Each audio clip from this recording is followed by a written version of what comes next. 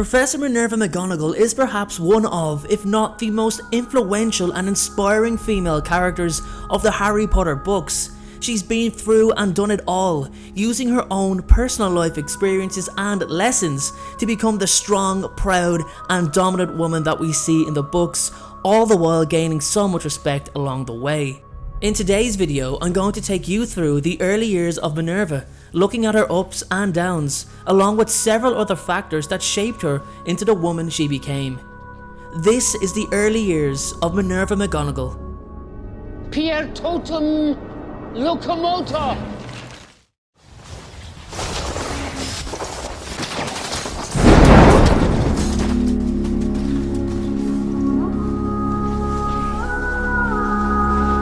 Everyone, just a quick reminder that if any of you have not yet entered my Instagram competition to win the following: a replica Nimbus 2001, the 20th edition anniversary set of Harry Potter books, and tickets to the Cursed Child, whether it's in London or New York, that is your choice, then all you have to do is follow me on Instagram at InstaDNJ, and you will automatically be entered into the draw. You don't have to do anything else. And just in addition to that, it's not just this one prize, there are lots of runner-up prizes as well. For 2nd, 3rd, 4th and 5th place, you will get a copy of the 20th anniversary edition Harry Potter book set. And then there will be 10 replica ones given away to runners up at random that I will just pick randomly who follow my channel. So make sure you are subscribed to me, Harry Potter Folklore. Make sure you follow me on Instagram at InstaDNJ. That is where the magic is happening. That is where the competition is going to take place. I will announce the winner on my YouTube channel as well. But the most important thing for you to know is that the competition will not happen until I hit 10,000 followers on Instagram. So until that happens, the competition won't be taking place just yet, but as soon as it does, you guys will be the first to know. Thanks again and enjoy the video. Now, if you're like me, then you'd have noticed very early on when reading just how strong Minerva McGonagall's personality was. The woman simply commanded respect. It's as if it was earned the second these first years walked through the doors. But trust me when I say, she earned it. Minerva was born on the outskirts of Caithness in the Scottish Highlands on October 4th, 1935, to Robert McGonagall, a Muggle Presbyterian minister, and his wife Isabel Ross, a witch. Minerva was the couple's first child, and was named after her mother's grandmother, a very talented and skilled witch. So it's clear that her family had a magical background of notice, especially the female side. Now, her mother Isabel adored her, and from the moment she was born, both her and her mother would share the exact same path in early childhood, right up to Minerva having the same opportunity to make the exact same decision her mother did many years prior.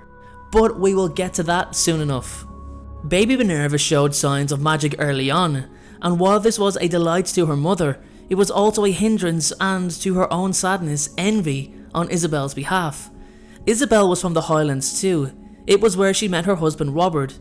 With most Muggle magical relationships, which are not recommended, the magical person must refrain from telling the Muggle of their powers unless there is no doubt of any breach of trust, they are married, and the condition that the Ministry of Magic must be notified, which results in the couple being under surveillance. This could see the magical person severely punished and the Muggle's memory wiped clear, should there be any threat of the International Statute of Secrecy being broken. Now, I think many of you would agree that that is a lot of pressure to live under, and Isabel simply didn't want the strain. Broken hearted but with little choice, she chose her love for Robert over her love for magic, along with any aspirations of a career in the wizarding world. Locking her wand away, Isabel said goodbye to magic, but no doubt her decision was clouded with regret and resentment. Knowing that due to Minerva's magical abilities becoming more clear by the day, and the fact that her Hogwarts letter would arrive one day too, Isabel had no choice but to inform her husband of her status as a witch, educate him about the magical world, and reveal the fact that their daughter was a witch too, and would one day go to a magical boarding school to be taught how to use and control her magic. Despite his utter shock and disbelief, Robert's love for his wife and child did not change, and he remained silent on the matter from that day on, only discussing it with his wife and daughter. However, despite her mother's joy, there still lingered an underlying envy, Minerva attended Hogwarts School of Witchcraft and Wizardry at the age of 11. Before coming to the school, she visited Diagon Alley and, like generations of witches and wizards before her, purchased her wand from Ollivander's wand shop. The wand she selected was an unusual specimen, 9.5 inches, fir wood, dragon heartstring, but one which would serve her very well throughout the duration of her life. During her sorting, she proved to be a hat stall. The sorting hat spent over 5.5 minutes wavering between Gryffindor and Ravenclaw before deciding to place her in the former. Minerva was quickly recognised as the most outstanding student of her year, with a particular talent for transfiguration. Her school career overlapped by 2 years with that of Pomona Sprout, and the two students enjoyed an excellent relationship both then and in later years. By the end of her education at Hogwarts, Minerva had achieved an impressive record. Top grades in Elves and Newts, Prefect, Head Girl, and winner of the Transfiguration Today Most Promising Newcomer Award. Under the influence of her inspirational Transfiguration teacher Albus Dumbledore, Minerva had managed to become an Animagus, one of the very few who were logged in the Ministry of Magic's Animagus registry. Minerva also played for the Gryffindor Quidditch team in her student years. However, a nasty fall in the final year during the Gryffindor vs Slytherin match, which would coincidentally decide the Quidditch Cup winner, left her with a severe concussion, several broken ribs, and a lifelong desire to see Slytherin destroyed on the Quidditch pitch. After graduating from Hogwarts, Minerva was offered a position at the Department of Magical Law Enforcement of the British Ministry of Magic, to which she gladly accepted. She returned to the Scottish Highlands to spend one last summer with her family before moving to London. However, Minerva's peacefully planned holidays were quickly knocked off course when during these few months, aged just 18, she met Dougal McGregor, a local muggle who was the handsome, clever and funny son of a local farmer. Dougal was extremely kind and had a good heart, and it's no surprise Minerva fell head over heels in love with him. Her surroundings led to her periodically forgetting about her ambitions within the wizarding world. Minerva and Dougal got to know each other very well, spending every day together, growing closer, and eventually Dougal proposed to Minerva on a plough field and she accepted his offer without a moment's hesitation. That night, however, she was unable to tell her parents of her engagement. Thinking about her future, Minerva realised that wedding a muggle who did not know that she was a witch would mean she would have to follow her mother's footsteps and live unhappily with her wand locked away, shredding all of her ambitions. She respected her mother gratefully, but she could tell how much regret lingered in the choices she made all those years ago. It was simply something that Minerva couldn't do. For as much as she loved Dougal, she couldn't turn her back on magic, not even for love. Times were changing, and it was exciting to be part of the next magical generation.